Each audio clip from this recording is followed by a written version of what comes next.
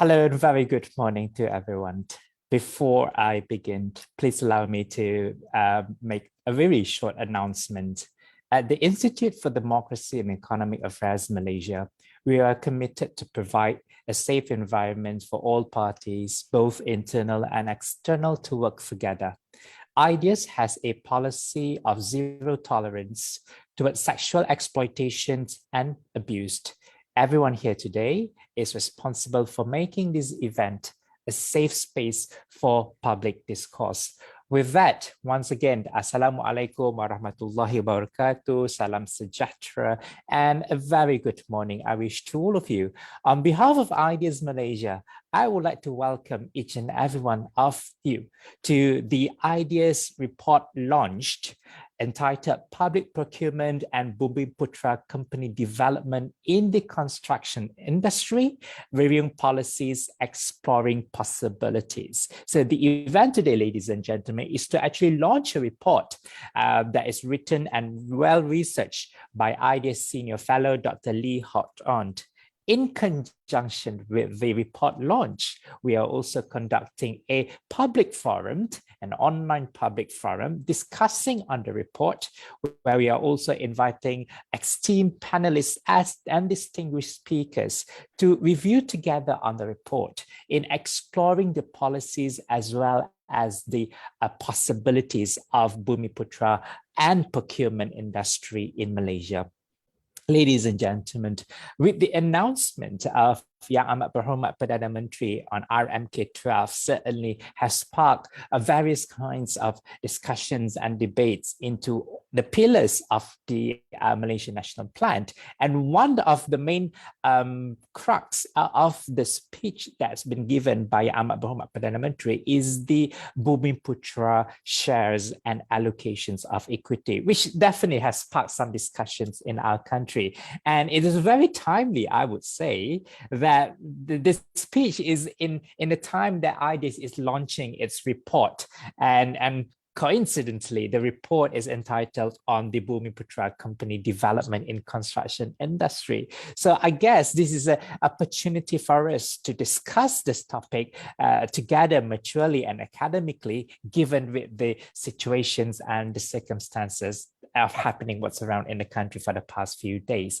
Ladies and gentlemen, without further ado, I would like to welcome our esteemed panelists for today. The presentation will be done by Dr. Hwok Aun, our Senior Fellow at ISEAS, as well as a Senior Fellow at ISEAS Singapore. Thank you for joining us, Dr. Lee.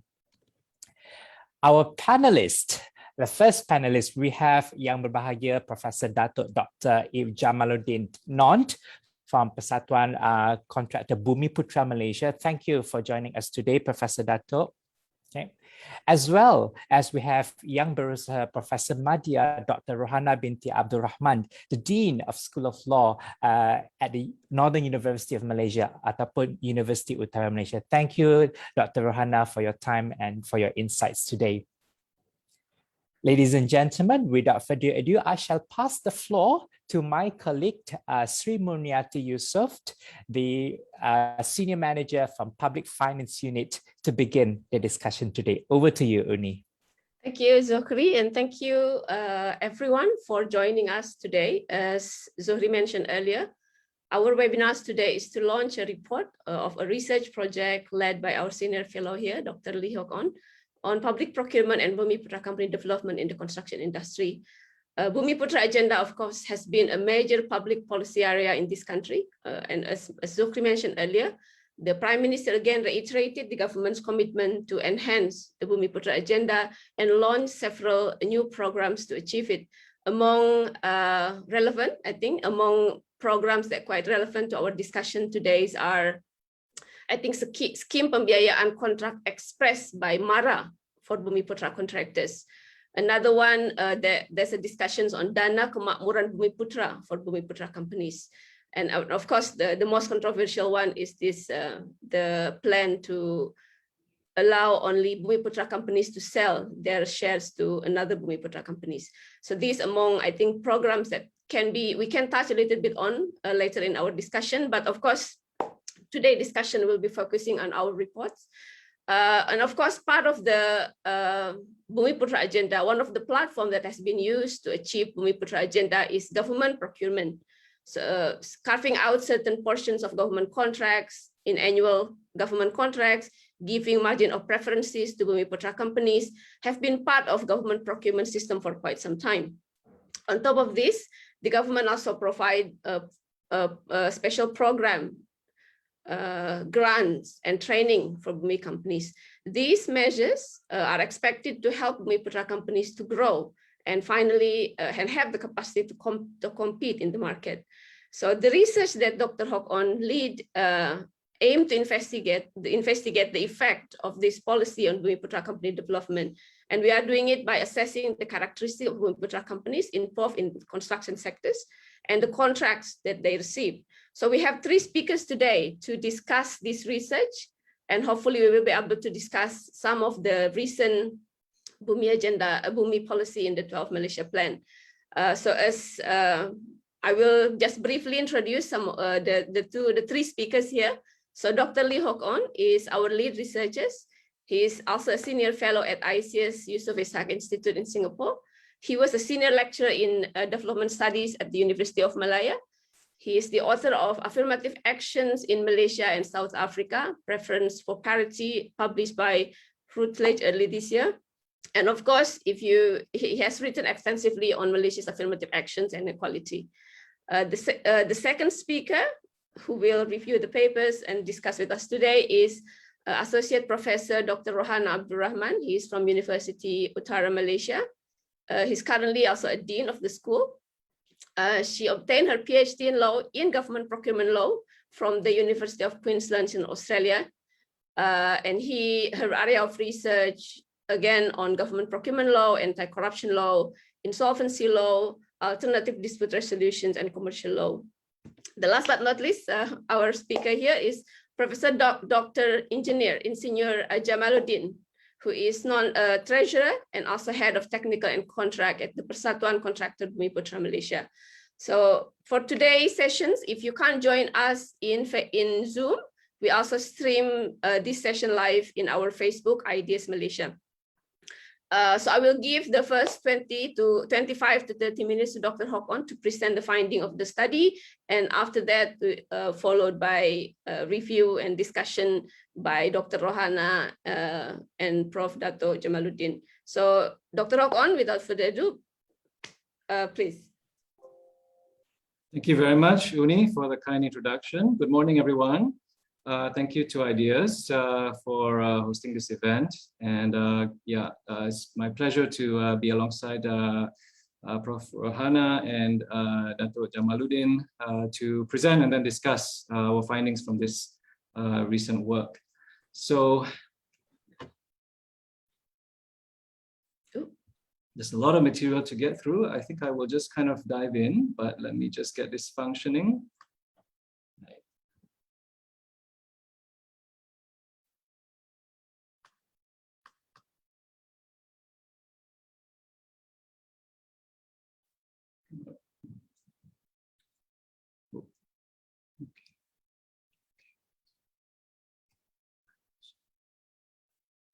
Okay, are we good there? Sorry, I froze there for a little bit.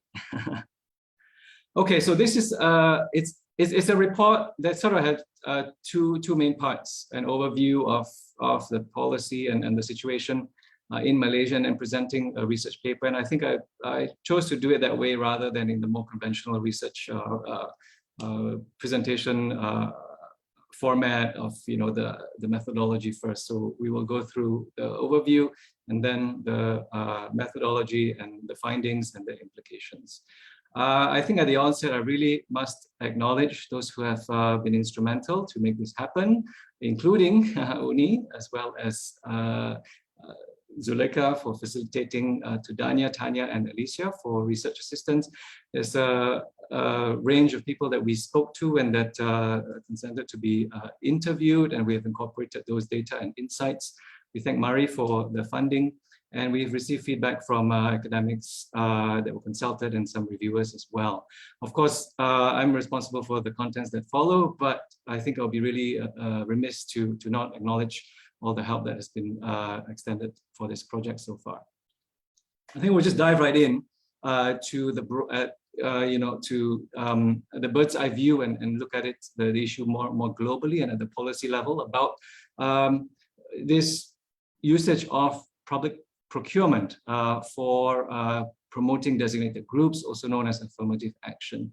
And its core objective is of public procurement, obviously, is right to provide public goods and services with value for money. It's public funds that are being spent, and so this is its core objective as well as a constraint in terms of efficiency. Now, many countries add supplementary developmental objectives like living wage for contractors need to pay, or sustainability, industrial policy. And I think the underlying principle is that, well, since this is the disbursement of public funds, that attaching other social and the public good, right? Other social objectives like these are legitimate. Now, chief among these is affirmative action. To be clear, it is promoting a designated group in some countries by ethnicity or gender or disability through certain preferential means. So a very, very quick overview of some of the other countries that implement this. And essentially there are three types.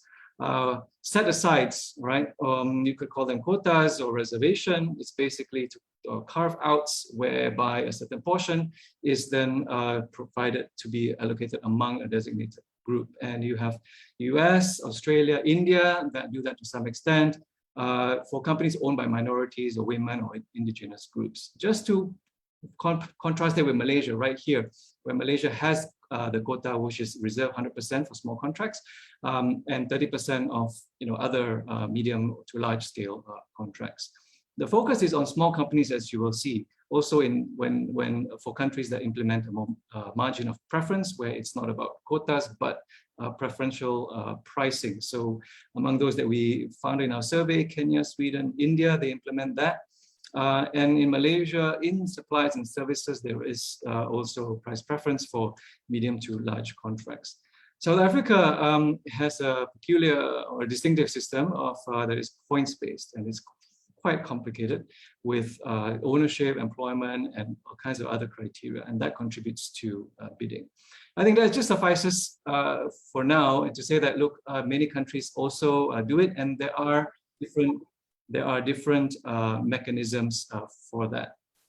This is the briefest overview you might ever find about Malaysia's affirmative action in public procurement. I mean, the starting point is the new economic policy in 1971. It gives the impetus for this realm of policy to be expanded.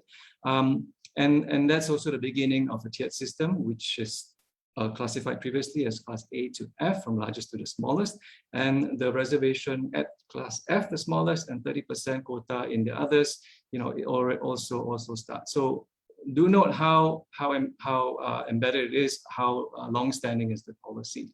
I want to highlight a few of the institutions or the public agencies that play an important role, and across time as well. So you have Pusat Khidmat Kontraktor, PKK, 1981, which has a role in policy implementation. Just to note here that the strategy, I think the broadest level is set by EPU, Economic Planning Unit, and regulations are determined by Ministry of Finance through Treasury circulars. Its current role, PKK, is confined to certifying Bumiputera status, and I think this is part of the broadening of the different agencies who play a role here, including the CIDB, established in 1994. So it's regulating the entire industry, not just public procurement, but everywhere, private sector as well, setting the standards. It registers contractors. It oversees policy on the whole. I want to comment about Bumiputera G1 licenses. This will be a recurring theme. That's the smallest grade. And many things can be said, but I think something that we came to realize a bit more, as something notable in this research, was that there was a freeze on the number of G1 registrations in 2005, in recognition that there were too many. And this freeze ended in 2019, and there was this current condition of a 12-year limit on G1 Bumiputera licenses starting in 2019. Now, Uni had mentioned that there's a range of contractor development programs. Just to gain an appreciation of how the has developed over time. Some have come and gone. In the 1990s, you have this program, Kontraktor Binaan Bumiputera Berwibawa.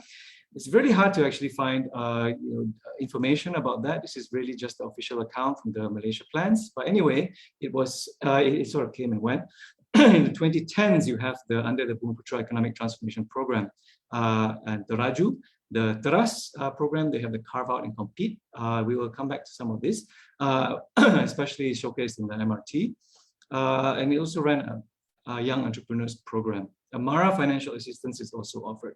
So I think these are probably, I'm sure we are aware of the issues and some of the controversies that swirl around contracting, where the concentration at G1, right, is a persisting concern, the lack of capacity building, and then also the abuses in the system, political vested interests. I just wanted to mention that here with sort of issues that are definitely have in the background of this study throughout. Now, I think it was helpful to just present the current situation about the regulations regarding Bumiputera company development in public procurement, and we begin with this. So talking about the G1 to G7. I mean, this is really, just for information, but you can, I think, still, helpful to see that how you qualify with the paid up capital, and then correspondingly if you look at G1, what value of contracts they typically would qualify for. So it's under 200,000, not exclusively. Sometimes it can be bigger if it's a multi-year contract, or there are exemptions as well, as we saw in Selangor. Now, the ones that are valued under 200,000 by policy must be given to Bumiputera G1 companies. And then G2 to G6, generally there's a 30% reservation for Bumiputera companies. With the other 70%, they can openly compete. So, and another element of that is also how the contracts are awarded. And G1, right? There's the smallest range can be by direct award or by balloting. I think that's probably the most widespread. Balloting meaning the whole names get put into a box or a basket, and then they get pulled out. It's like a lottery, in which the terms it's not bidding, but just putting in a name, of course, qualifying based on the specifications. Then there's price quotation, one step up in terms of the value. And as we move up as well, G2, G3, there's a mix of price quotation and open tender. Okay. Now, another aspect I think to take note is how what price is determined, and what is termed the cutoff system. I think is widely applied, in which the award price, so that's the price of the value of the contract that eventually is awarded to the winning contractor. It references the average price, and as well as some pre-evaluated baseline price, based on costing, by the works department. And cut off, that term comes into the picture because those that are outside of a range or a band are excluded. There's also competitive mode, in which the lowest bid, or not necessarily the most lowest, but basically competing based on price also takes place. I don't think I will talk that much about it in presenting the findings, except to say that when we look at Selangor, we find that there is a mix, that there are some contracts that, many, right, that we see the winning bid is slightly under the average price. And then we see also a substantial, quite substantially or quite frequently, that the lowest bid or closest to the lowest bid wins the contract. So there is some mix about both, and it's not entirely clear when which of these two modes kicks in. That's also based on some interviews that we did. There are regulations on ownership, a few, but I think most pertinent for our attention is this one that is based on an individual, that an individual can claim Bumiputera status for only one company. So it's on the basis of an individual. All right, so you can co-own a few companies, but if it's for myself, only can claim Bumiputera status for one of the companies that I have some stake in. So from that backdrop, I think, just sort of foreshadowing some of the key issues that we wanted to investigate. This is a bit more now formalizing what our research project was and our research objectives. When we looked at the literature, there is a sizable literature on public procurement, but mostly on other issues, not so much related to affirmative action. So you have sustainability, more broadly about how it operates, e-procurement. So this is actually quite a major gap in the literature. So we settled on these research objectives. First, to survey and assess the distribution and characteristics of Bumiputera contractors. Second, to investigate the effects of public procurement on Bumiputera company development. And third, evaluate the implementation of Malaysia's public procurement system and outline some policy implications. Now, there were a number of considerations along the way, as well as some constraints that we had to grapple with. We wanted the study to be, broad and national, be able to address the issue, which is the policy at a national level, but also to have, to engage with the data, right, that can be relevant to questions at the national level, but also some granularity, especially related to contractors' experience. We found that, that's quite lacking in the literature, and also in the discourses can be very polarizing. People enter into it with a lot of very preconceived positions and presumptions. So we wanted to hear from speak to contractors and get their own insight as well. There are data limitations, and especially if we would try to address the issue at the national level. Meaning limitations in terms of more detailed information about contractors, about ownership, about track record and the outcomes of contract disbursements and contract allocations. So we adopted a more exploratory stance, meaning we would not be too definitive about the conclusions that we wanted to arrive at, and about the findings, but really be open to a process where we would, respond to emergent information. And as we explored what data would be available, we felt that this also would be appropriate. So not entering into it with a very strong, firm, causal questions about cause and effect, but again, take a more exploratory stance. And also, this being the time of COVID, difficulties in trying to reach a large sample of contractors and getting good response. So a survey which came up at some point also, we had to eventually abandon that idea. So we settled on a mixed mode of an exploratory study that has quantitative analysis of distribution of contracts, patterns of participation, some element of some information about the technical capabilities of contractors, and a qualitative element where we're interviewing key informants, stakeholders, and as well as some contractors. And that's to really, again, get that granular information about their experiences and the workings of the system. So yeah, in this quite meandering in a way process, going from one to another and then finding dead ends, we settled on actually, I think, a substantial amount of data we're able to collect. So from the CIDB, that has a registry of contractors, which we can map out the distribution, some kind of profile based on technical specializations. That's publicly available, anyone can get that. The PKK provided us some data. We greatly appreciate that, specifically about Bumiputera contractors. And then we selected a small sample to get the company profile from SSM.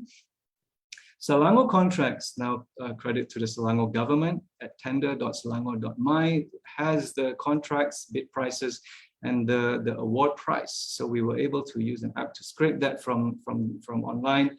And there we get, for Selangor only again, right, the price, the quote, the tenders awarded, and a bit more insight into the bidding process. And then MRT contracts as well are available. The list of contractors that won. That's with a focus here on G1 to G4, where there was a balloting process and there was the numbers, those who are successfully balloted are listed there. On the qualitative data, the interviews that were conducted with federal agencies, also MRT Corps, Selangor government, and contractors graduating from the MRT MYEP program. And uses, I think I've kind of explained already of the interview material. So let's get into some of the findings, beginning with the distribution and a profile of contractors. Now this is confirming, right? What is public knowledge about the concentration at G1 level. In 2019, remember earlier saying that it unfroze when the government unfroze, under Pakatan Harapan, unfroze the G1 registrations. They proliferated from 22,000 to 42,000 at present. The other thing to note is that it's a bit uneven as you go through the other grades. Okay, so just to be clear, the Bumiputera, 63% of G1, 63% of Bumiputera contractors are at G1. How we get non-Bumiputera is that from the overall is the CIDB count. The Bumiputera is from Pusat Khidmat Contractor, and then of course the balance is we assign to non-Bumiputera. So 35% of non-Bumiputera contractors at G1. They have to be registered with CIDB, so they are G1 non-Bumiputera contractors, just that they do not participate in public procurement. Another angle of it is to see the Bumi and non-Bumi balance here. And so we can see that the Bumiputera over representation, right, at G1, but also the under-representation at G3 and G5. Over-representation, because if you look at the overall average of 53%, 53% of all contractors are Bumiputera, but 67% of G1 contractors are Bumiputera, right? And only about a fifth of G3 and G5 are Bumiputera. So, I mean, we don't really have that much more to say about just G3 and G5, but I think what we wanted to highlight here is that there are these variations, and I think they need to factor into our thinking and the policy making. So why so many at G1? It's a question that we kept asking in the interviews. I mean, some of it is really confirming, right? What is in the public discourse, what our hunches that there's comfort, there's some contentment, right? Because it's carved out, a bubble, kind of a safe space where if you go for balloting, right, it's just your turn will come to be able to get a contract. The jobs are simple. The process is also very simple. So graduating would mean leaving that behind and entering into a bit more uncertainty, a bit more competition. But there's also a bit more negative, right? Outcomes here. We're talking about the problems also that we talk about a lot in public discourses, the cartel, so-called cartel issue, about fronting. So there's maybe a lot as well, because they are not actually really legitimate companies. They're just proxy companies owned by someone by this cartel head. Okay, so there's this mix. Again, we don't want to rush into only say that there's only the problem of it being very politicized about the whole cartel. There's, I think, many out there who are really just wanting to earn a simple living, but there's also the issues of the malpractices that need to be addressed. We unpack it further and look at the geographic distribution. And we find that there, this sort of some of the main observations, that the state's share of national population corresponds with share of total contractors. And I think this is really a reflection that, where there's population, there's need for public works. And so you have that sort of a corresponding relationship. You can follow the green and the blue lines there in this chart, right? Now, states on the left, which are lower income, there's a relative higher share of G1 contractors. Okay, so here you can look at the green and the red bars. The red bar is G1 contractors. Just to take an example of Kelantan, so Kelantan has 6% of the national population, almost 8% of all G1 contractors. This is Bumi and non-Bumi, by the way, yeah. And also about 6% of all contractors. Right, so there's more of a relationship between population and overall contractors and G1 and lower income states, right, have a higher share of G1 contractors. This is sort of confirming what we would expect, as well as on the other end, G7 are really concentrated in the higher income, right, in Selangor, in KL, and you can see that there's a clearer relationship with the share of GDP. So share of GDP reflects the concentration of economic power in Selangor, in KL, and so in Selangor, all 34% of the country's G7 contractors are in Selangor. Selangor accounts for about 25% of GDP. Within Selangor, and we see that also within the states, we can actually look at district share of contractors. And it's a similar pattern we relate in terms of the relationship between income level as well as these concentrations, in which we see that the lower income districts also happen to be more rural or mixed urban and rural. They have a higher share of the state's G1 contractors. So Sabak Bernam, there's over 5% of Selangor's G1 contractors. It counts for a much smaller share of the population of households and a smaller share of the income and all contractors. So this applies across the state, and I think it's an insight into the local economies, right? That do require, I think, more small scale, more basic works projects, and I think something that will need to be taken into account in terms of the policy as well. That the opportunity to graduate out of G1, right, I think will be more constrained in these rural and mixed districts. There's now state by state, right? We're looking at only Bumiputera contractors, and here's the distribution within each state, with the dark blue line showing the share of G1. Okay, and this is showing that for the lower, these are ranged from lowest income to highest income. There's not a very clear-cut relationship, but still, right, if you look at the right side and the high income states, the share of G2, G3, 4, and above is higher. The share of G1 is smaller in Selangor, KL, Johor, Penang. Sabah and Sarawak do stand out as outliers and just don't really have much of an explanation there at this point. But I think it's also highlighting that the policy needs to be attuned to differences between states. Okay, so from that sort of overview, we dive. Now we delve into the ownership aspect of it, where we chose, because it's very laborious to look at, to get the company profiles from the companies commissioned one by one. So we targeted it. Okay, this is sort of the selection by what we define as established contractors. So they have a consistent track record in Selangor.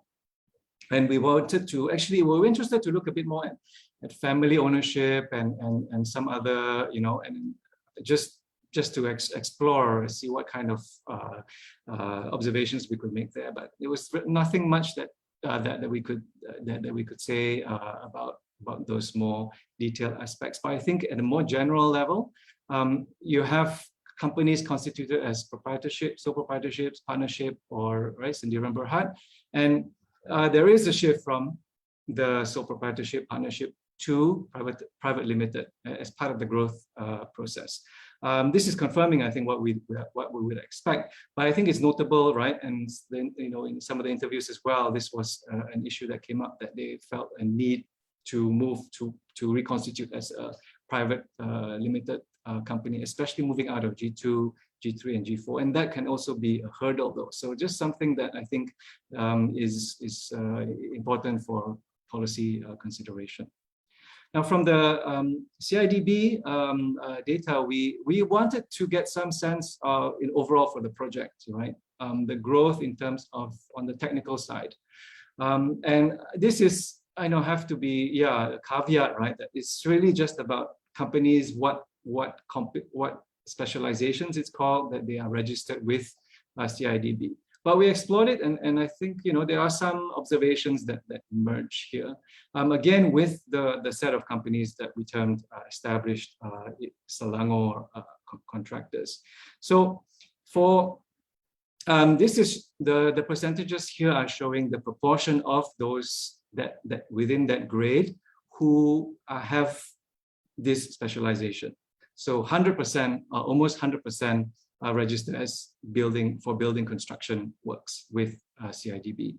And some of these general works almost all do, right? Between G1 to G4, the proportions are very high, and I think we can safely say these are general works. Now, there are also some other general works, but much more concentrated among G1. So G1 are participating a lot more in outside landscaping, and not much interest in that once companies go into G2 or higher. There are some specific works, right, in which large contractors are more likely to do, and I think this is kind of what we were looking for, right? That what sort of growth path do the contractors have? And I think one of them here, this is pointing out that, well, undertaking, getting the qualifications, and being able to do jobs that are a little bit more specific, right, is part of that process. So you can see a clear progression in tile installation, B13, that more and more, right, G1 level, those that do it is only about half, and it keeps increasing G3 and G4. So overall, in terms of the number of specializations, so each of these counted as one. G1 in our sample here have 14 specializations. G2 and G3 have about 18 or 19. So increasing the number of specializations, right, we see a pattern in which growing up in scale corresponds with increasing the number of specializations. Within G1, right, we also wanted to probe, right, do you have to move up to G2 for these sort of variations, G2, G3, for these sort of variations to emerge, for companies to begin to, to acquire a broader range of specializations? So we based on these sort of criteria in terms of the track record of winning tenders in Selangor, you say going from left to right, it's sort of a progression, sort of 1 to 2 contracts, and then 3 to 4, and then 5 or more.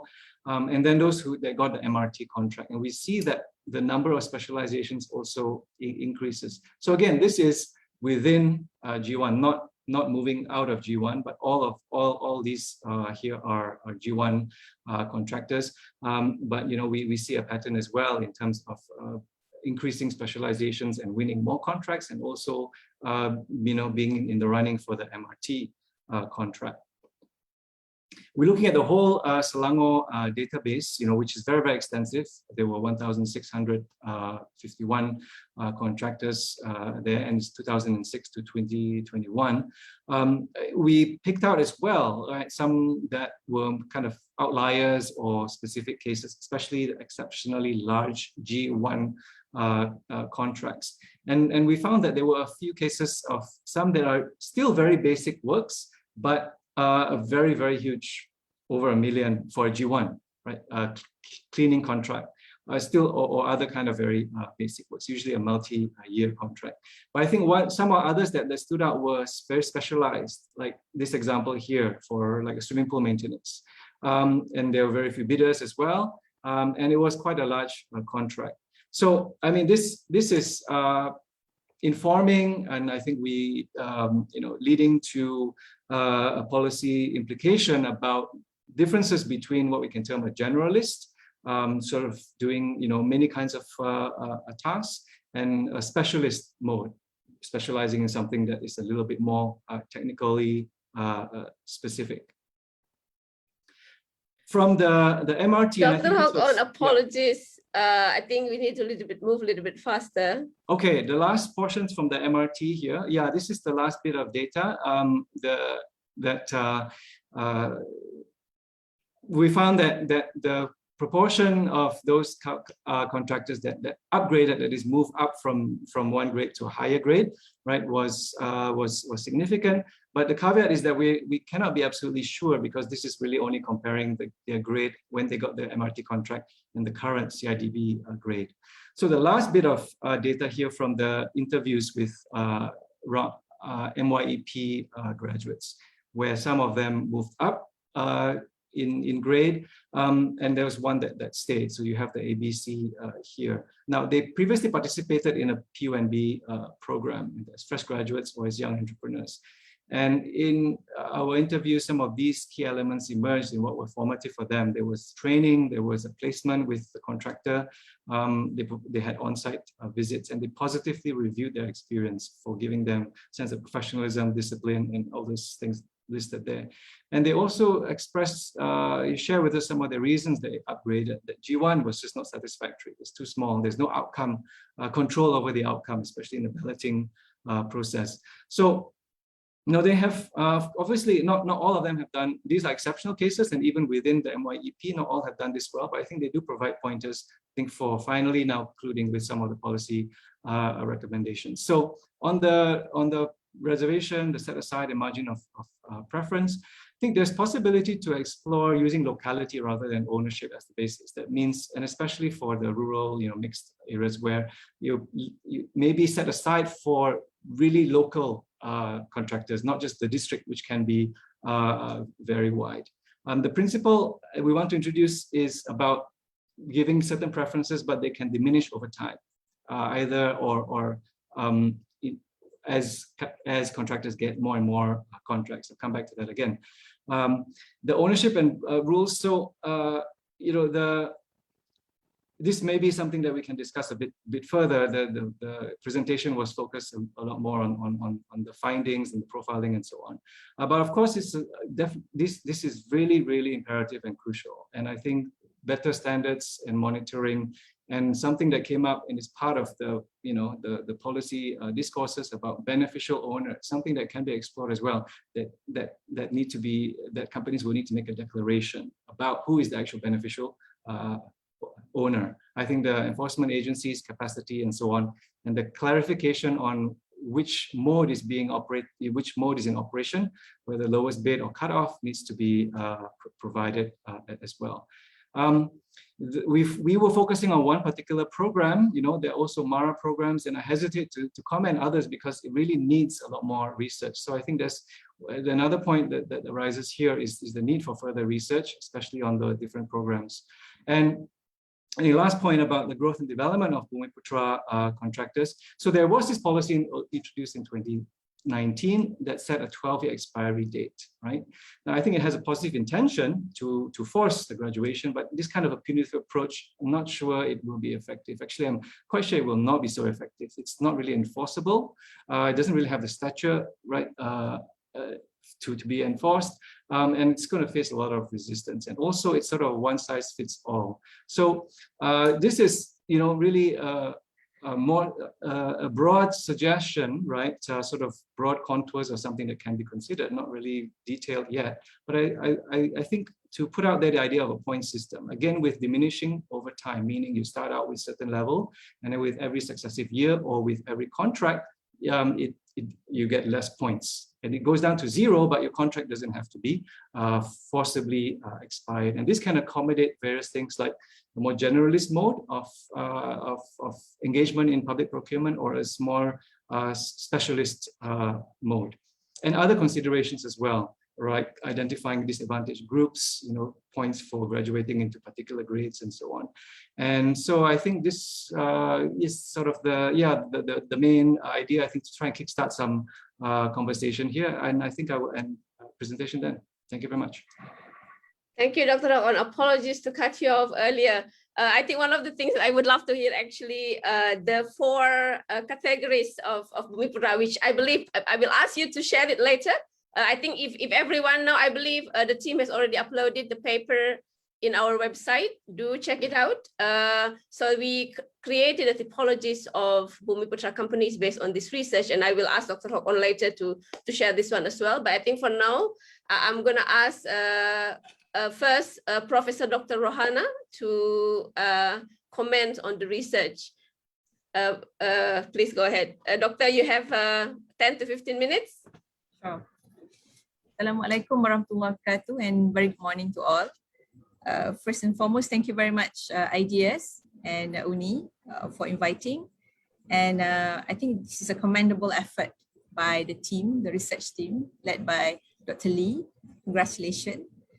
My initial note on this research would be it is quite a thorough investigation, and I suppose it has been quite a challenge to gather all the data and to come up to an understanding, of how it is for the Bumiputera contractors in the construction industry via the public procurement, or I would term it as government procurement, because in my research I has always used government procurement instead of public procurement.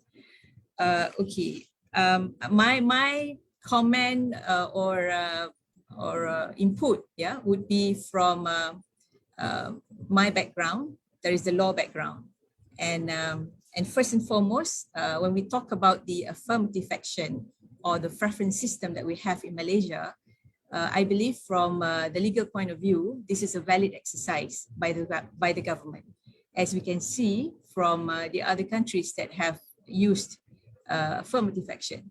So that there is no doubt on that, Secondly, for government procurement or public procurement to have different policy objectives.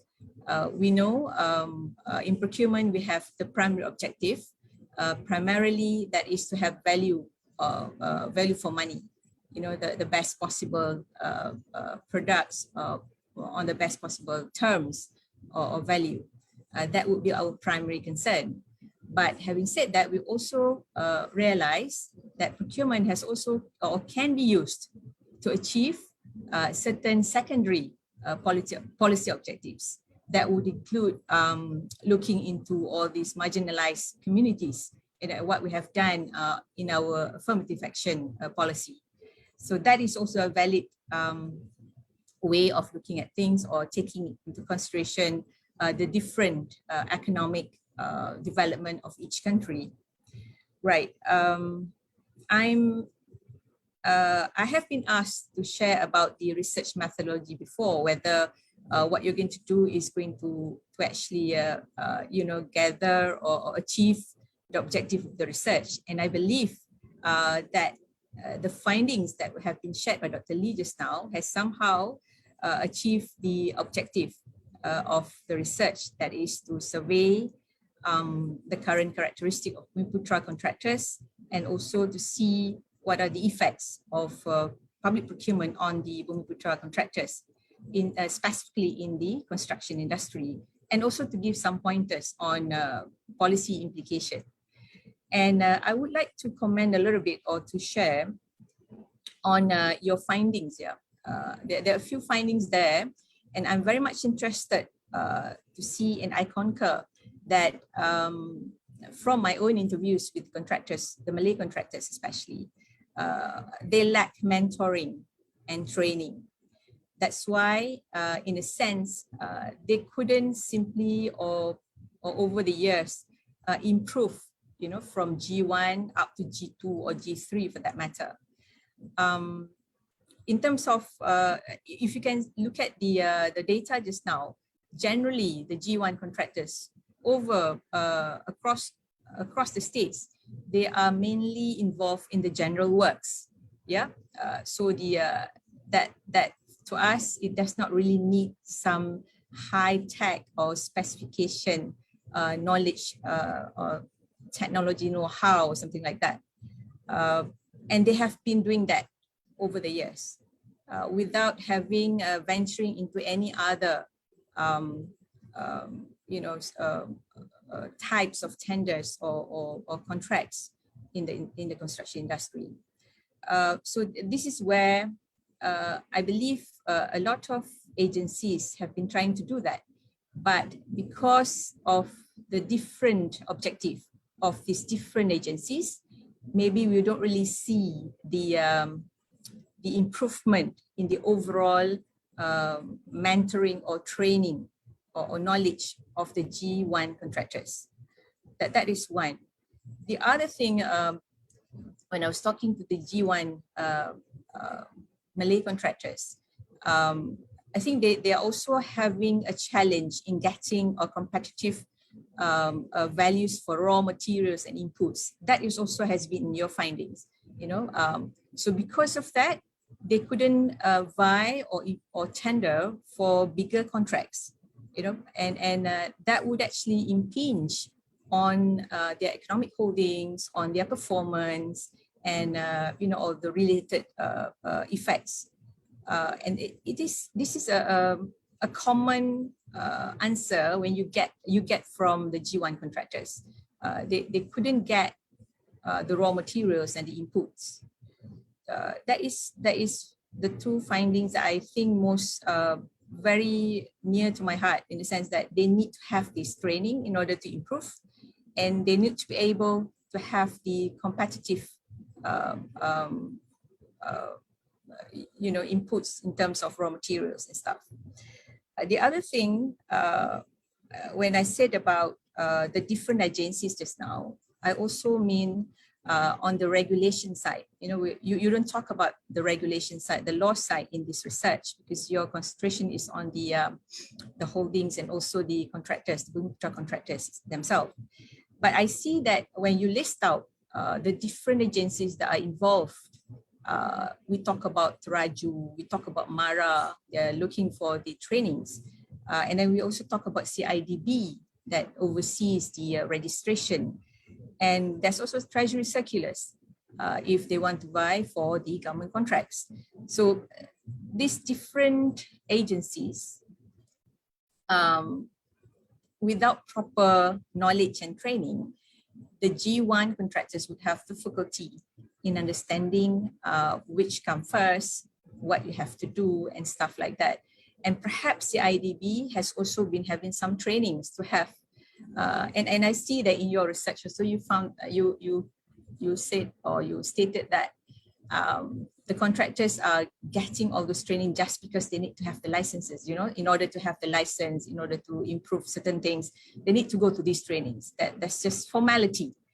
Whether the effects of those training would actually help them or not, that is our concern, because I believe there is no study being done on the effects of all those trainings. From what we see, what they say, the G1 contractors, this is just formality. We have to do it. If not, we won't be able to renew our contracts, renew to our license, something like that. That is also another area where it seems that we have all this, but they're all being, bits and pieces scattered everywhere. There is no concerted effort that can be tracked. So this research has actually opened up our eyes to see that all these are there, but whether they are, it looks like they're comprehensive, but whether they are actually really helping the Bumiputera contractors or not to improve. And I see the other thing I would like to say is about the contract award system. We talk so much on cutoff system, and whether lowest bid would be the best thing to do. And there has also been problems with the cutoff system, and I think you notably mentioned that in the research, and I think that has got to be reviewed quickly, so that you can have a fair kind of distribution of tenders to the most appropriate and qualified bidder, rather than you play around, with the estimation. That has also been a case of concern among the contractors. And the other thing is the initiative on e-procurement.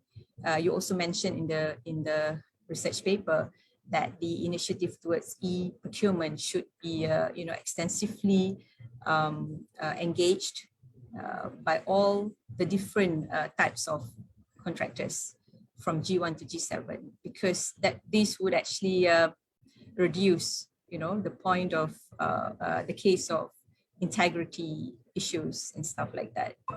And I think I'm more concerned about the integrity in the system, which is, well, it's a tall order, but we have to look at the integrity issues, perhaps from the regulation perspective, from the legal perspective. We know for a fact that in Malaysia, we do not have a Government Procurement Act like in Singapore or some other countries, where we do not regulate in that sense. We only regulate through the Treasury circulars. Having said that, how far can Treasury circulars be the carrot and stick, for all these contractors, especially the G1 contractors? That also has to be looked into carefully, so that the law can also play a role in a sense to actually give, Malaysia can actually achieve the primary and also secondary objectives of our government procurement. I think that is my point so far. Thank you very much. Thank you, Dr. Hannah. Thank you for highlighting the importance of a Government Procurement Act, and as well as I think there have been discussions even during our research process on the need to review the cut-off system. And I think this is probably something that there needs to be more research on what would be the alternative to the cut-off system, right? Last but not least, we will ask Prof. Dato Jamaludin. And I think one of the things that I really want to get an input from you, Dato, is on this competitive, on the getting the input on raw materials. Like, what's the problem for Bumiputera companies to actually get the input on raw materials? Of course, and also you can also comment on the research in general. Please, Dato. Thank you. Can you hear me? Yes. Yes. Okay. Thank you very much. I would like to congratulate IDEAS for inviting me on this, and even to Dr. Lee for doing a very comprehensive overview of the Bumiputera contractors, especially with all the G1 and all those. In fact, we have covered most of the things that we mentioned. I was thinking about. You mentioned Teraju, MARA, CIDB, MRP, all those things. And even the training and also the structural problem of G1 contractors. So, and this is the main problem we Persatuan contractor have been talking about for the last 15 years. And we have never found a solution, but then life goes on. Like, for example, like G1, what Dr. Rohana says is true. There actually is a lot of training and a lack of training and a lack of mentoring, whatever, and so on. But G1 contractors are like a small fish in a pond. If they go out of the pond, they will die. So might as well stay in the pond and then see whatever that's left over from all the whatever from the big contractors when they start having their own fees. So this is the contractor overall. Not only division of contractors is not only from G1 to C7, but the division of contractors is also based on the topics. What if you are G7, for example, you only have a small small topics that you cannot cover all. You cannot cover span, you cannot cover IW sewage system, you cannot cover certain jobs are not covered in the topics you have. You probably have G7 on the building, but then there's a subtopic for the contractors. And sometimes when you go for tender, we cannot go into the tender, G3 or G4, whatever, and then we cannot go into the tender because there is not enough tajuk, topic, sub-tajuk. So sometimes this is also a problem for most of us. So we have to borrow license. We have to either create another license. We have to, you know, pakat or share with all the others and all in the meantime. So in order to go into the tender, because sometimes, you know, you mentioned in your report as well, tender is a business. It is also with regard to cable connections and also relationship with the clients. And without this, that's what happened with G1 when they are comfortable in balloting of tenders. They just wait and see whether their numbers is up or not. So that's why you have an increased number of G1 recently. When they open up, there was about 60,000 from 19,000 to 16,000, 60,000, because most of the local government, most of the state government, even federal government, they are going for balloting of small tenders. And in balloting, you will have you know, you don't worry about whether to do marketing or to go and just put your name in the ballot. And nowadays there is a computerized system where the government will say, okay, this tender will be 100,000. Whoever gets it, then the computer will just go and randomly pick up somebody who is lucky, and all of us will be the winner will be very happy about it. But whether he can do the job or not is another story. This is what we always have this problem with implementation. And for example, Traju claims to have give carve out and all those training. It's good, but who gets it? We don't know. Who actually gets all these big projects? We don't know. In fact, with Persatuan, we were asked Raju, or we were asked the main contractors who gets the $1 billion job, 800 million job, to give us a talk on to the Persatuan or to the association, how you managed to get the job. Did you share? Can you share us your experience?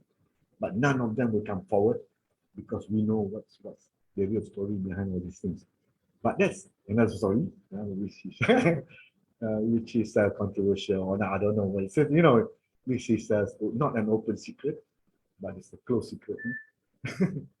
But at the end of the day, whether it's sustainable or not, most of contractors they want to be competitive, they want to be skillful, but some of the jobs they do in specialization is no more competitive.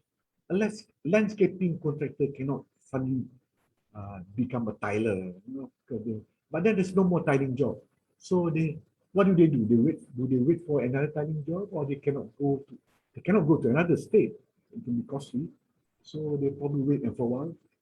So it cannot sustain. So that's why most of the G1, G2, G3, we try to expand our special field to be a general contractor. And sometimes the tender that comes out, or the quotation that comes out, or even the balloting that comes out is more general rather than specialized. And because if for a school, for example, the roof is damaged with all the tiles and some of the tanks, so the school will tender out project. They wouldn't break it down to roof tiling, too much work. So they probably give to a general contractor, you manage this job, and then you go and get somebody to do all these things.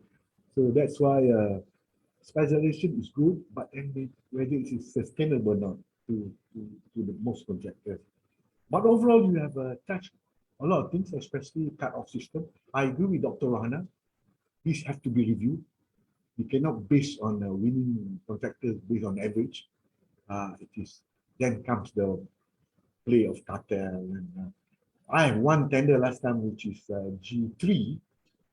One of my contractors complained, G3, that he was to submit the contract, the tender within by 12 o'clock. And then when he put the tender in, and then come this guy with 150 tenders in the truck, in the van, and he start putting it in. So he has about 150 companies that he has filled up, and then he goes in. Of course, he will win the tender because his price will be in the cut-off system. These are practiced by most of the when it comes to reality. So But however, it is still with the enforcement. I think the PKK will have to enforce on more on these contractors. Some of them are sincere, some of them are good, but they don't have the opportunity. There are some who have a license, they're just license holders, but they have the opportunity and they have more time to be in the hotel room or lobby and restaurants and all those, rather than like feet aside. Those who will actually work, most of the time they are outside and manage the project. But those who have got projects on in restaurants, marketing, that sort of thing.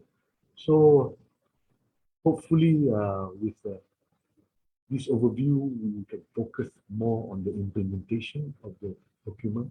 Once the job is given to contractors, there should be more sincere and serious consideration towards who is doing the job and whether we can develop that contractor to a more sustainable and more big company towards bigger role that you can play for Bumiputera. I'm not talking about non-Bumiputera, especially because in construction, we know that 50% of the materials are supplied by the non-Bumi. Because Dato, can you speak a little bit closer to the microphone? I think it's a little bit mumbling. When it comes to contract, you have 50% is material, 20% is labor, and then maybe another 10% is management, and then the other one is profit and all those. Can you hear me? Yeah. So most of the materials are supplied by hardware and all those by the non-Bumiputera.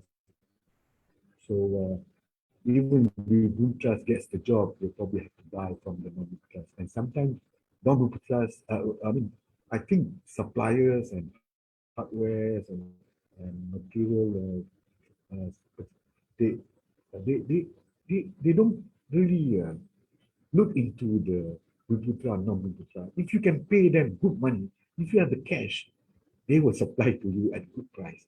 The problem is the reputation of sometimes, and also maybe they don't want to pay. They just want credit 90 days, 60 days. And some of these people will put up the price of a higher price. Yes. We have members who are very good. They have a good cash flow, they have a good finance support, and they have good supply schedules and others, and they pay well. And that's why they can continue. They can they may not get a job, but they can subcontract the job from those who winners of the contracts, and they are sustainable. They are coming towards them, but then the opportunity also is very not easy to get for them, because the way they market themselves is not really not so good. I think because they just workers, they are good contractors. They are not into lobbying and all this. They just work contractors, and these are the people that we can identify and develop. And Persatuan have on the list. We know, well, we cannot say anything because they are our members as well. So we hope that with all this study, with all the research, we can look forward to working together with Persatuan so that we can have a better agenda for the years to come. Thank you. Thank you, Dato. I think there are some questions later on still, but that we have quite many questions in the Q&A panel. If you are seeing, I think the first one, there's a lot of discussions on, again, the indicator of success and path of growth, right, for Bumiputera companies. Even the questions on equity, for example. So far, the success of Bumiputera agenda has always been indicated by the share of equities of Bumiputera, and that will include in constructions, right? But I think even in our research shows that the single path of growth is quite impossible. But I think if you, Dr. Hwok Aun or Dr. Rohana or even Dato, if you can comment on this indicator of success on equities, as well as what kind of indicator of success, or based on your research, Dr. Hwok Aun, the path of growth that is much more comprehensive to understand that the Bumiputera agenda, especially in using procurement, has been successful. What would be, like, from your research, would what are the path of growth or indicator of success that can be included if we want to see that the Bumiputera agenda has been successful? Because I think for now we stuck with this 30% equities, or in the case of constructions, or the G1 should move up to G7, because that are the path of growth, right? The indicator of success so far. Is there any way, based on the research that we do, that the path of growth and indicators and success can be more nuanced and diverse? So I think Dr. Rohana, any speakers or panels can comment on that. Dr. Lee, you want to start first? Sure. Thank you for the question, Uni. Yeah, I mean, it's something, you know, that we were constantly asking in this research. I don't think we have a very definitive answer, but, you know, I think we do have a definitive one. We do have one definitive answer, a premise that there is not one, right? That it's not just about, oh, all G1 must move up, and have this sort of one size fits all approach. I mean, I think companies that are really just perpetually at G1 is a concern, but I think we also will be seeing that what is the local economy like, right? And also, what a broader question needs to be asked about,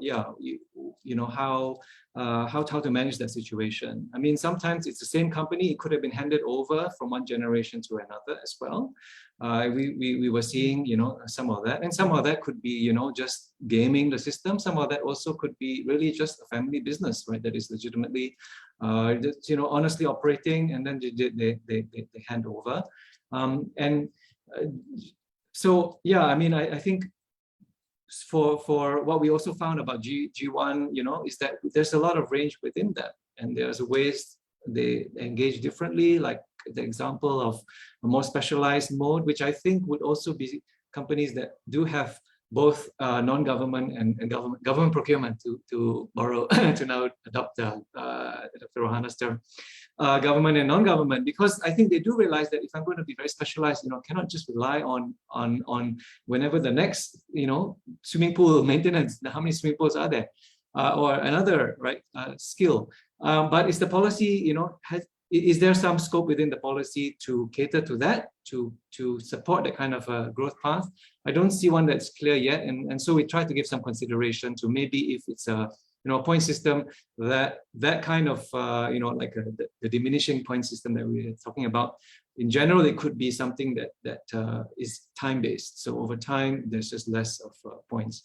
But it could be per contract for certain cases, especially if it's specialized, right? So you get one contract with a certain number of points. The next one you can claim a bit fewer points, so that would allow as well, right, to promote a more specialist route. I think we want to draw, and I think this is picking up on Dato's point about the success cases. I mean, we will focus on one program, the MYEP, MRT Young Entrepreneurs. I think they can be a lot more. I think needs to be brought out into to be researched, and the stories need to be told about those who do. And I think this is really those who do, like, yes, they do graduate, but not just about the graduation, but how they do it, right? And what are the motivations, what are the contributing factors, and I think an opportune time because of this, this massive influx of 20,000 new G1 contracts in the last 20 years. But also, I think there could be, chances are they are younger, right? And there's an opportunity as well, because we spoke to the ones that we interviewed, right? They're coming from, pretty modest backgrounds, technical diplomas. So from a policy standpoint, in terms of, national policy, that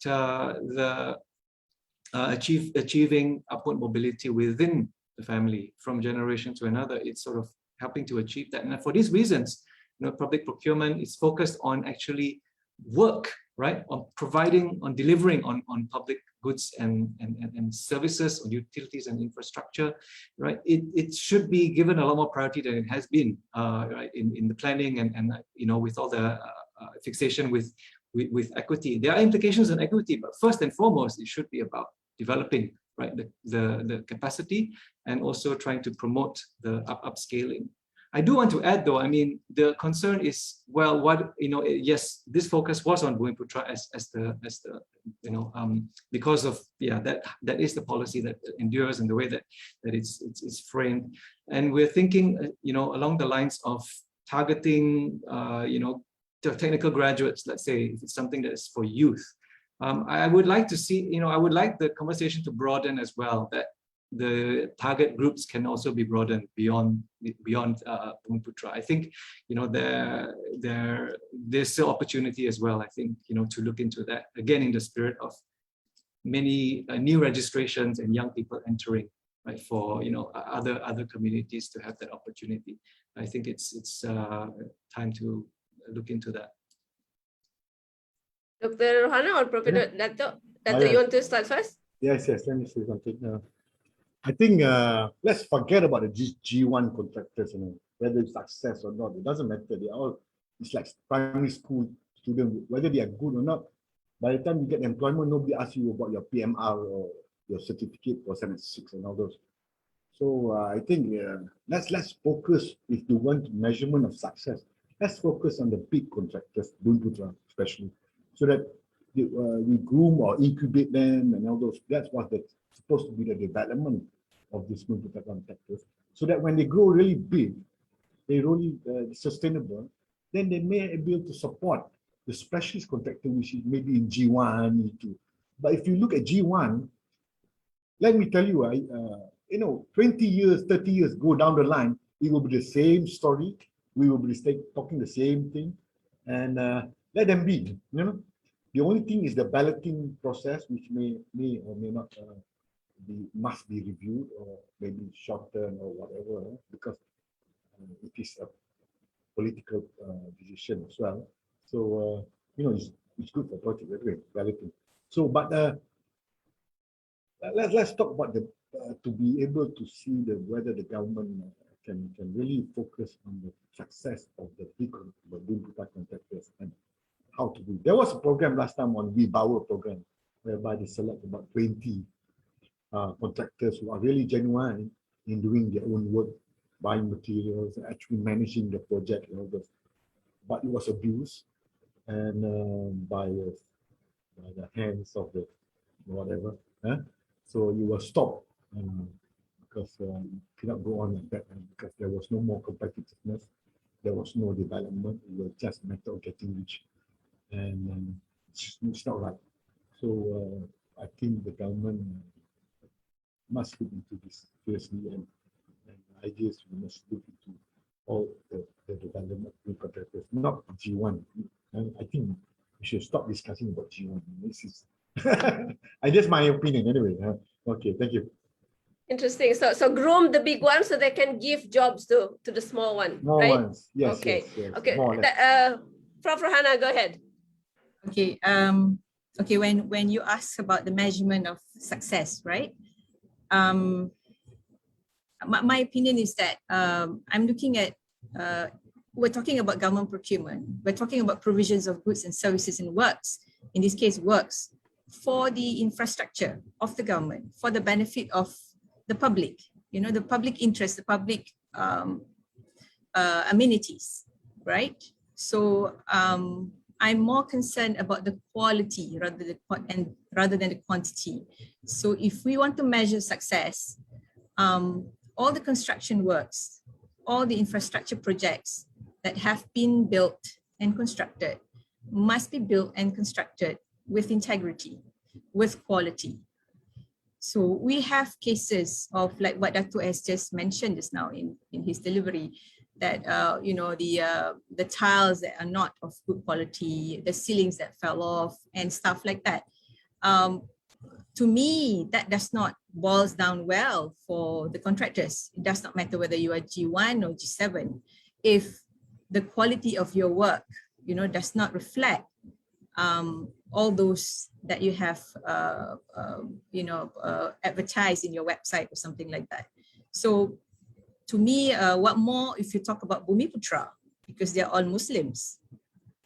So when we talk about success, it's not only success in this world, it goes up to the hereafter. So if we think like that, we will definitely will be reminded always and always about the importance of, doing the best that we can in the most, to carry out, whatever job that we are given or we contract or the promise that we in our tenders, to get the best quality for the products or the constructions that we build. So we see this not happening, throughout the constructions. As a taxpayer, I'm very much concerned about the tax that I paid to the government, because I want it to be reflected in the good, roads and buildings, schools and whatever that we're building for public amenities. So to me, to measure success is actually to look at the quality. It does not matter what kind of construction project that you do, but you must be able to do it correctly. Bukan campur simen kurang and then over 3 days the road will pecah. Those kind of projects yang we as the rakyat does not feel that it has been done correctly accordingly to what specification. So we talk about the agencies who come and control and monitor. So they must monitor correctly. So if everybody, like what I say in the very first few words from my response just now, if we do well in our capacity, in whatever capacity, I'm a teacher, so I must teach well so that I can deliver from heart to my students. Same thing with contractors. They must deliver to the best of their ability. That's why I'm very concerned about mentoring, training, making sure that they have enough capacity to do whatever they have been entrusted with. So to me, Uni, that is my measurement of success. So quality of construction, constructed building by the government maybe should be considered as part of the measurement of success, right? If it's bad, that's it. The government procurement program has not been successful. That's really good suggestion, Doctor. But I think that's a really some good question from one participant here. But I can only ask one. I think this will be very useful for our discussion today. I think because our study aims to understand, to investigate the impact, right? I think so far, Dr. Hwok Aun,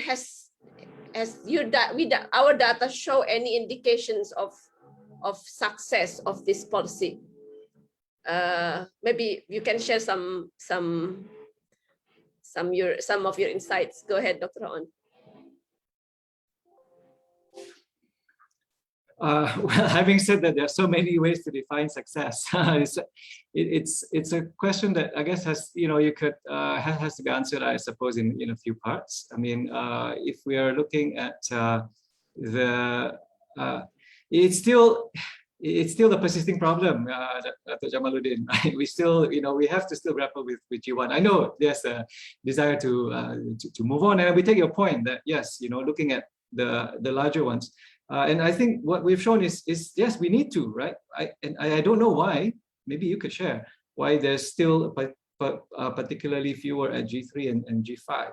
There's these movements, right? It's sort of a bit uneven. Few Bumiputera contractors, only 20% at G3 and G5.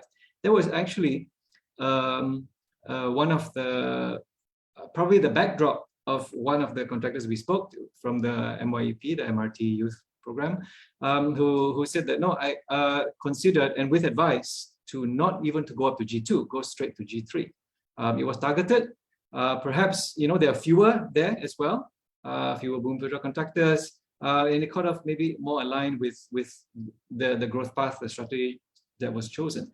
I think that kind of thing needs to take a bit more. Yeah, we need a bit more consideration of that, and not just to think that go G1, then G2, G3, and then step by step, but what are the kind of more strategic approaches for companies to move forward. So I mean, we have a bias, obviously, because we spoke to some of these cases from one program, MRT, but we can draw from that, and I'm sure there will be others as well that underwent similar experiences where they got some support through PUNB through Mara, whatever, and other programs with the mentorship. So in terms of moving up out of G1. In some also engaging with private sector. I mean, that's an area that we didn't investigate much at all, but only through our conversation with a few contractors. Yeah, they move on or they diversify. Don't be only dependent on government procurement. I think overall it's still a concern. Yes, in terms of the actual number of how many move out of not just out of G1 but moving up in scale and there's only one that we could find based on a parliamentary reply 10 years ago, reported by REFSA, the think tank, that in 1 year, only 0.2%, right? So it was something like a tiny number out of, 0.2% anyway. So 2 out of 1,000 G1 in that 1 year moved up out of G1. So it's something that I think continues to be a concern and acknowledged because of the policy of in 2019 to limit it at 12 years. So kind of still a stick approach, but we are wondering or feeling that it's not enough just to have that stick approach to terminate licenses, but needing also a bit of a carrot approach. I mean, I'll just add one more. I mean, just to unpack a little bit more, I think it was referred to just now, where, yeah, we are looking at, we're finding that, yes, the broadening of capabilities, it's still a very general picture. And some of it is much more about survival, right? Like Dato was saying. I mean, if you want to, if you be too specialized without qualifying, you call it topics, right? Tajuk, having the tajuk like general works, then you don't qualify for those projects. But I think besides that, though, I think we don't know enough yet. We didn't really dig deeper enough. We were occupied with so many questions. But to what extent, yeah, this can be a feasible path in which, yes, they do access general works, but also try to pursue a certain specialization, right? And that can be kind of to gain some momentum. Because what we do see in terms of growing the business, what we do see is that companies that do sustain, getting Selangor, winning the Selangor tenders, getting more and consistently over time, and then those that got the qualified for MRT, which had a more stringent screening. Just to note again, I didn't really explain just now with the MRT. Actually, G1 to G4 were balloted, so it wasn't only G1. G4 up to G4 contracts were balloted, but they had to qualify to be in the ballot. And then we found that, yes, the companies then they tended to have a broader range of tajuk, of specializations, of technical abilities. So it's I mean, these are suggestions of areas that need further investigation, but I think it's not surprising. I think and I think it is a general statement can be made, right, that broadening capabilities is a positive.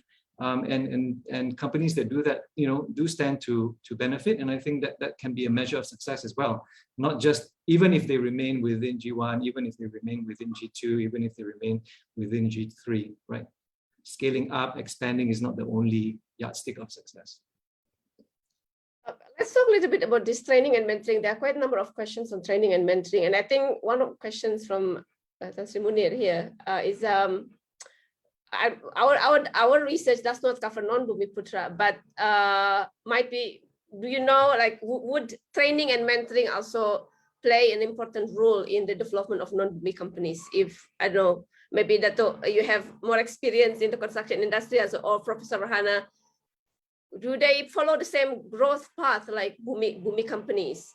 What kind of support system do they have so seems like they can grow better than Bumi companies? Maybe you can shed some insights into this topic.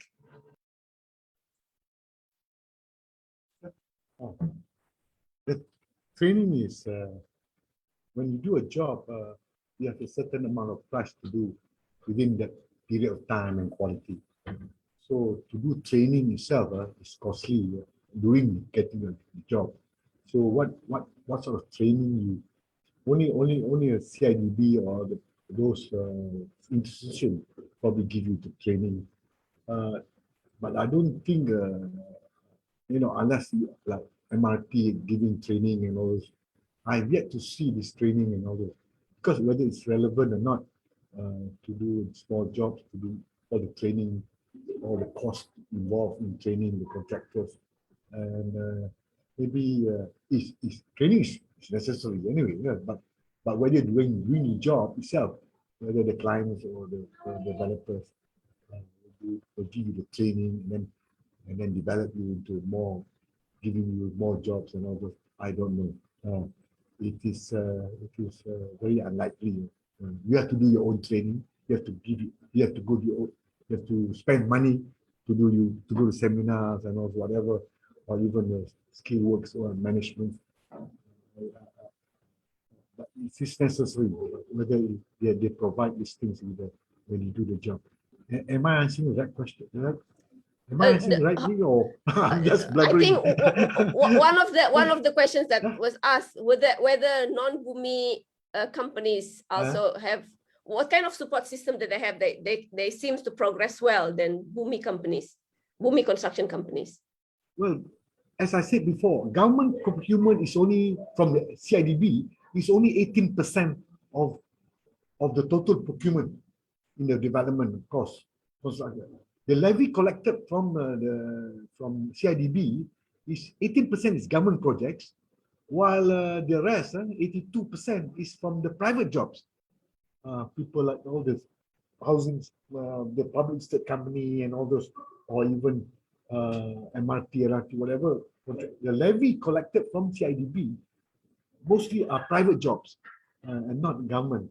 So when you go private jobs, that means the non-Bumi has an easy access to this 82%. Because the Bumi contractors will depend on the government jobs. Maybe some of them will go through, but then most of them will depend on government jobs. And it's only 80%. So the rest of the non-Bumi contractors, they're free. They can go to the other 82%. They are not worried. They have good relationship. If they have good marketing, they know what the client wants. They have good price. They're competitive. They are okay. But because it's a big market for them. But for the Bumi, it's very small, 18%, and then that's where all the fish will go inside the pond, and then everybody's trying to feed them. But then it's good enough, because G1 contractors, if you do a survey on G1 contractors, although it's 50,000, 60,000, but you say just now, I think active ones, it's only what, 10%? Because you cannot have 60,000 G1 contractors doing the work. You find it everywhere at one time, or even if you go to the streets and everybody's working. Let's do this. 60,000 contractors. No, maybe 10% are doing some work here and there, whatever, in the States, maybe in Kedah, Alostar. You cannot find G1 contractors, all over the place. They are there, but they are not working. The only active ones are only the small ones. The government cannot afford to give all 60,000 jobs every day. So they just keep their license, and most of them, when they pension, if you study properly, some of them are just pensioners, or even to the extent taxi drivers, as stewardess, whatever. Thank you, Dato. Thank you, Dato, for that one. I think it's a good insight on how non-Bumi companies grow, right? And the size of business, the construction business. Prof. Rohana, do you have something to add to that? My view would be just hearsay. Yeah. Somebody said, I read somewhere, somebody said. So perhaps from what I gather from my little interview that I have the Malay contractors, maybe the non-Bumi contractors, they have this informal support system, which I cannot vouch for that. Maybe they have support from the other contractors. Like the Malay contractors have a concept payung and stuff like that.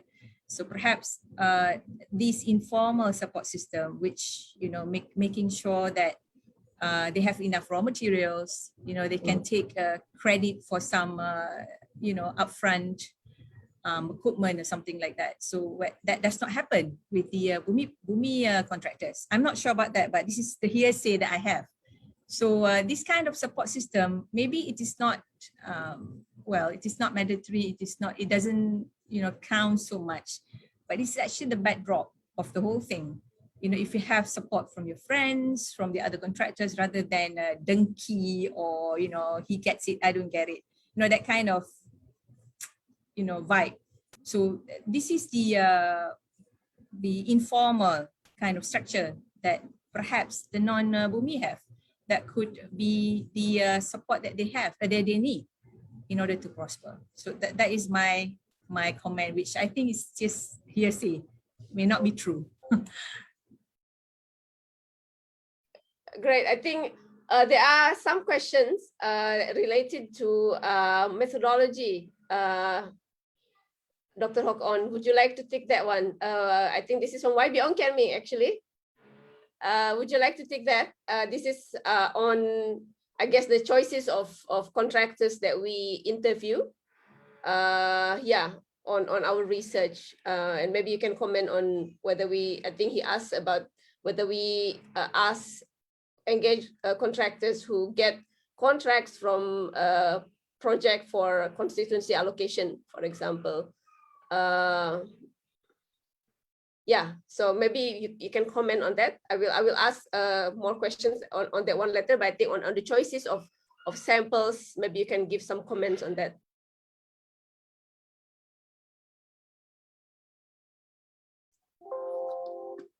Okay, great, thanks. Yeah, I just briefly follow up. I think the previous question is really hard. It's hard to be very, very, very concrete about what is the mode of development, of contractor growth, in as private sector, non-Bumi companies. But I think along the same lines that there is a lot that happens, right, just by building up your networks and trust. And I think there are certain limits as well to how much the formalized system can do, because I want to touch on another finding that the idea behind, right, the larger companies, main contractors supporting subcontractors, sort of the idea of a vendor development, is one that we were finding that there's quite a bit of complaints about it, and some prefer to deal directly with government procurement than be under than be a subcontractor. Right, even Bumiputera to Bumiputera company. So yeah, there's no easy answers, but somehow there needs to be expansion, right? Of, I think, yes, learning from the non-Bumi companies, the Chinese contractors, especially, that how to grow the business through not through this kind of formal means, just to keep grinding it out. I think one key finding was that not just about training, it's not formal training, but exposure, right, from the ones that we spoke to, the young guys. In professionalism, in being very, very meticulous and thorough in timeliness. All these things that they wasn't impressed on them. So if that can grow and they can pass it on to others, then it's a more organic process. But hard to nail it down in the policy, right? So addressing Kian Ming's questions, thank you very much, Kian Ming. We started out with this database with the Selangor contracts, and we were kind of engaging with the more quantitative side of it. And I think we did consider that possibility for ADUNs and MPs that do engage with the contractors. That's probably something that can be followed up on a bit more. But when we conducted more interviews, and especially with MRT and with this program, we felt that we would focus the qualitative analysis on firstly interviewing with the agencies and among contractors, with those in MYEP, so the MRT young contractors, being mindful, yes, again, right, that these are no kind of exceptional cases, but again, I think we can draw a lot of lessons from the exceptional cases. So okay. Selangor and so on. We welcome that. I think we talking to a more broader range of parties and people who can give an assessment of contractors. But I think, sorry, again, just one more quick point. I think certain themes were already emerging when we were talking with different people about, contractors, the constraints, motivations, issues with public procurement. And when we wanted to zoom in on a set of actual contractors to interview in this COVID time through Zoom as well, never meeting face to face, which can break the ice and people can warm up a little bit more. They were quite receptive, right? We found that these young MYEP guys were quite receptive. So we kind of went with that, and that became the focus of our interviews. I think this is a really good question from Mustaqiza here. How can the contractors strike a balance between sustainability of business to business growth, right? Because either making more money or making a sustainability of the business, especially during the period of COVID-19. So the question is, again, I'm just going to repeat, how can the contractors strike a balance between sustainability of business and business growth, especially during the period of COVID-19? Probably this is the question that Dato can take from your experience, especially during this time. Yes. No, you can't. You during this time, if your overheads is high, your job is finishing, your contract is finishing, and all those. I think you cannot sustain. You will have to either have some help or maybe take your reserve, whatever you have, just to survive during this time and hopefully we try and whoever gets a job, and else you probably have to subcontract from them, from those people, and then as long as you can can maintain your overheads, you just carry on doing whatever you want to do. If not, it's not easy unless you diversify into other sorts of business. But you cannot. Nobody force you to be a contractor. No, right? Nobody force you to be a G1, G2. You decide on yourself. And if government is to give you all these things and then you complain or you cannot sustain all that, well, up to you.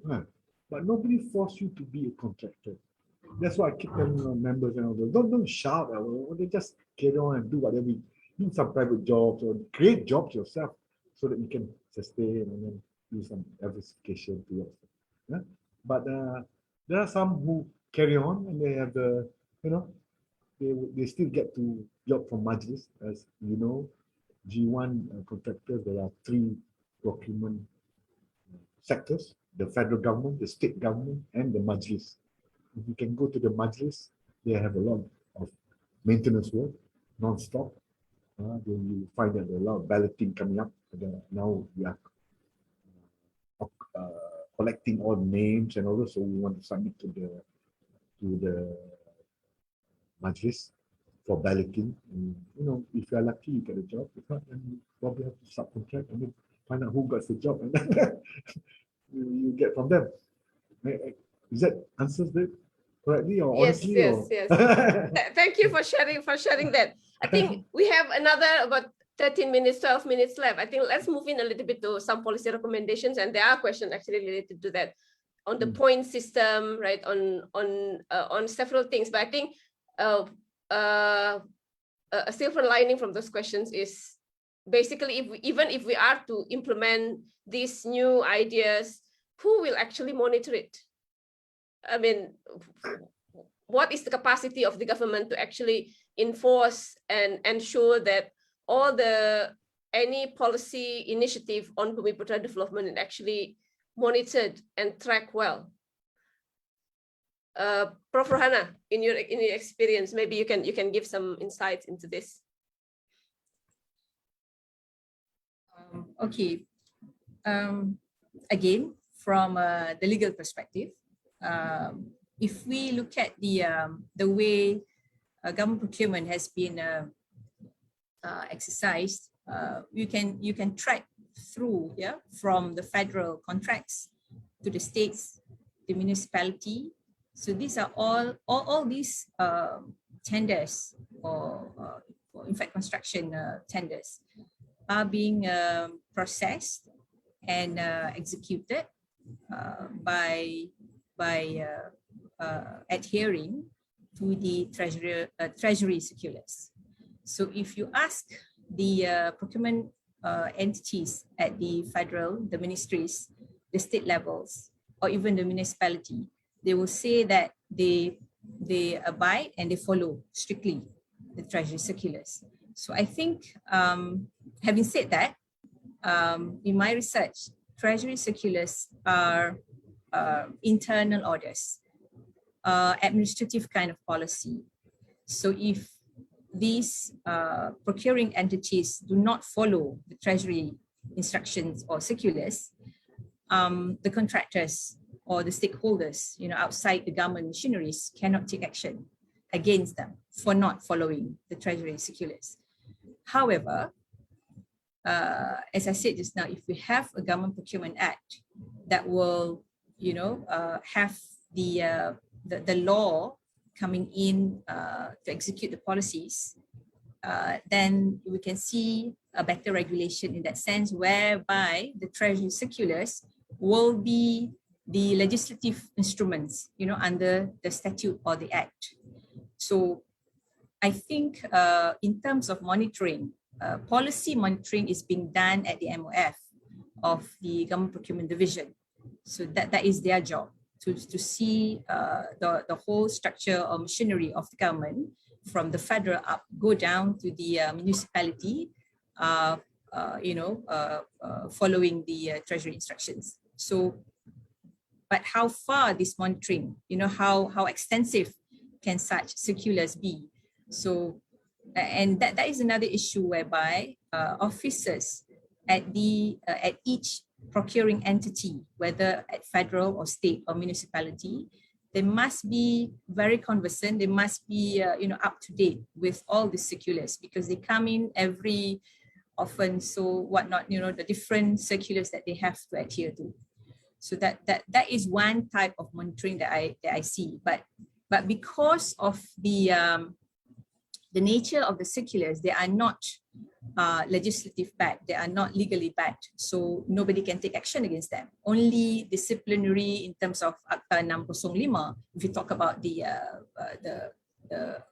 penjawat awam or the government officers. So the internal disciplinary action against them if the officers do not follow and things like that. But in the event there is abuse, somebody was saying about abuse of the process or something like that. So who is going to monitor? So if there is a complaint by contractors or by the Persatuan Kontraktor Melayu, from stakeholders outside, nothing much can be done because there is no legal backup in that sense. So monitoring wise has got to come with sort of punitive or legalistic kind of imposition. So that is my perspective on this. Thank you. Okay. Dr. Lee? Thank you so much, Prof. Rohana. I think you have filled in, some of what was lacking in the paper, and still learning as well as we go along, because we are aware that these circulars, but now to sort of have the fuller picture about the limits, right, is important, and I think reinforces the need for this act, right, for the force of law, because I think it's in terms of how the one element is a bit more, I don't want to say straightforward, but it's a little, can be structured, right, in the flow from when it comes to compliance. And this falls under the law, right? That you define what is, what does the law and what you need to comply with, and therefore the consequences of not complying. And so dealing with the issues that I think, still are so imperative to deal with, about abuse, about the fronting, right? It's at least what we were hearing was some, the notion of, or the principle of beneficial owner. And I think this is from MOF, they're talking about, don't quote me on this, but I think it's inputs from GIACC, right? Yeah. But of course, still, then so what, right? Even if people were to declare, what are the consequences? That you declare, oh, I'm not who's the beneficial owner? How does that get enforced? I think it comes back to needing something really grounded in law. But I think there's also the issue of mechanisms, of the how these get reported and investigated and so on. And it recurs in our research that either they don't contractors, right, rivals are the best place, right, whistleblowers, right, to report, to alert. I mean, this is nationwide. They're everywhere.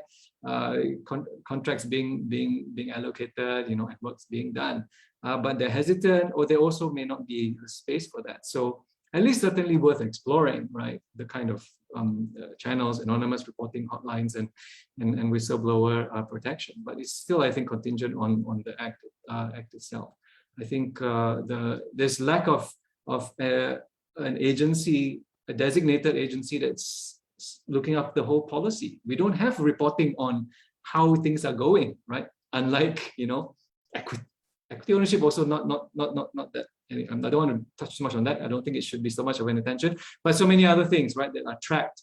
And it's not. No, we had to dig in, and we got some of the data which hasn't been updated in I don't know how many years, because it's not something that is being tracked and being monitored, right, in terms of the growth, the distribution across G1 to G7. Not only that, but all the other aspects of it. I think there's a lot to be gained from reporting and highlighting that there is progress, which and to draw on that, rather than allowing a lot of the popular view that fixates on the problems only, right, which are there but not the only story.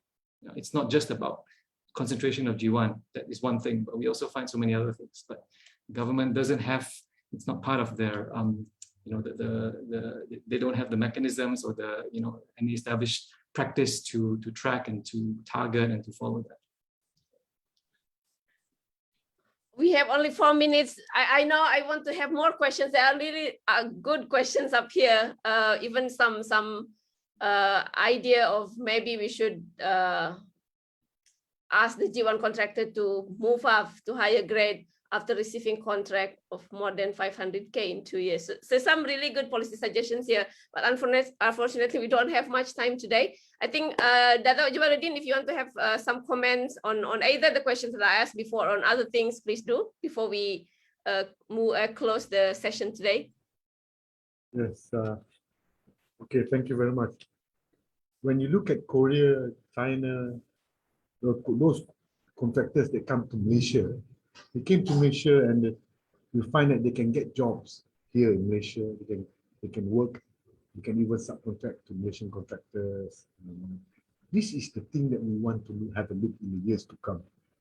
And by nurturing or by incubating some of these Bumiputera contractors or non-Bumi, whatever, if we can export our contractors overseas, and when some of our subcontractors can follow and with government assistance and all those, I think this is a successful process whereby we can achieve for the good for the country, giving employment and work contracts. For example, Indonesia is there's a lot of jobs there, but maybe on their side they have a lot of laborers, but the skillful ones or the good ones in terms of management, or maybe we can have the technology, can have better technology, we can have better construction methods of doing things, and we can export all these things because of our skilled workers. But if we spread out too much, then everybody gets a job, or here and then, now and then, the government doesn't have this development of contractors to export, and they will just not be sustainable. I think the government must look into this, how to do this for the sake of the business world, business in construction business, and hopefully we can identify some, and then we can export the contractors. Yes. But it comes to monitoring, we have monitoring bodies and all those, but end of the day, it's just monitoring. There's no decision actually. We all know sometimes the papers goes up and then goes down. threw out the window. You know, it's like that. This is Malaysia boleh. So, you know, let's get on with it. Thank you. Thank you, Dato. I hope that does not deter everyone from trying to make some changes to this policy. It's still the research work is, as Dr. Hwok Aun said, it's exploratory work, but I hope, of course, it will create more conversations. I think some of the takeaway today, I think some actually quite important. For example, the need to review the cutoff system, the need for even the reviewing the balloting system as well, right? The way the award system is being awarded.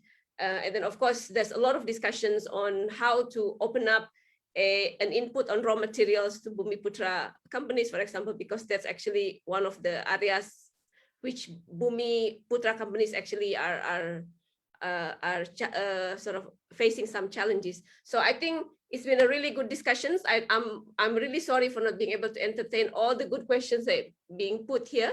We will compile all of them, and if we have more time and more opportunities later to discuss on procurement, we will revisit these questions again. But thank you so much for joining us today on these discussions. I will hand it over to Zukri for final words. Go ahead, Zukri. Thank you, Uni. Thank you, all panelists, for all of your insights, as well as for all of your comments. We take that into improvising the report. To all of our listeners out there, if you would like to read further on the report is available at our website. So if you just go to ideas, there's a publication sections, and then there's a procurement, then Dr. Lee's report is there. It's vividly that can be seen. So please read onto the report. As Uni and Dr. Lee have mentioned, this is an exploratory work. More improvisations needs to be done from time to time, and we need all of these inputs and feedback. Now, in conjunction with this Bumiputera procurement, Uni's unit, which is the PFU unit, is also doing a project on the BRI monitor, the Belt and Road Initiative monitor. Now, this is a huge chunk of Chinese investment into the region, especially in Malaysia, in terms of infrastructure building, like the ECRL project, the Gemas JB project, Malacca Gateway, as well as the Sabah pipeline. These are the 4 case studies that we are looking at to see the impact of Chinese investments to good governance and transparency. So if you do have time as well, please have a look at the website. It is brimonitor.org. .org, and again, there's also an email there if you need to reach us out. At IDEAS, we are always committed to work on policy building as well as policy advocacy for the betterment of our country in terms of governance, in terms of transparency, in terms of good procurement. This is what we do, and this is what we will live up to. So once again, thank you for all of the panelists. Dr. Lee Hwok Aun from Singapore, yang bahagia Professor Dato Dr. Jamaludin, yang berusaha Professor Madya Dr. Rohana, as well as our moderator for today, yang berusaha juga Cik Sri Murniati Yusuf, for moderating the session, and we look forward on these kinds of occasions later. So with that, please stay safe, stay positive, and please stay tuned with IDEAS. Thank you and have a pleasant day ahead.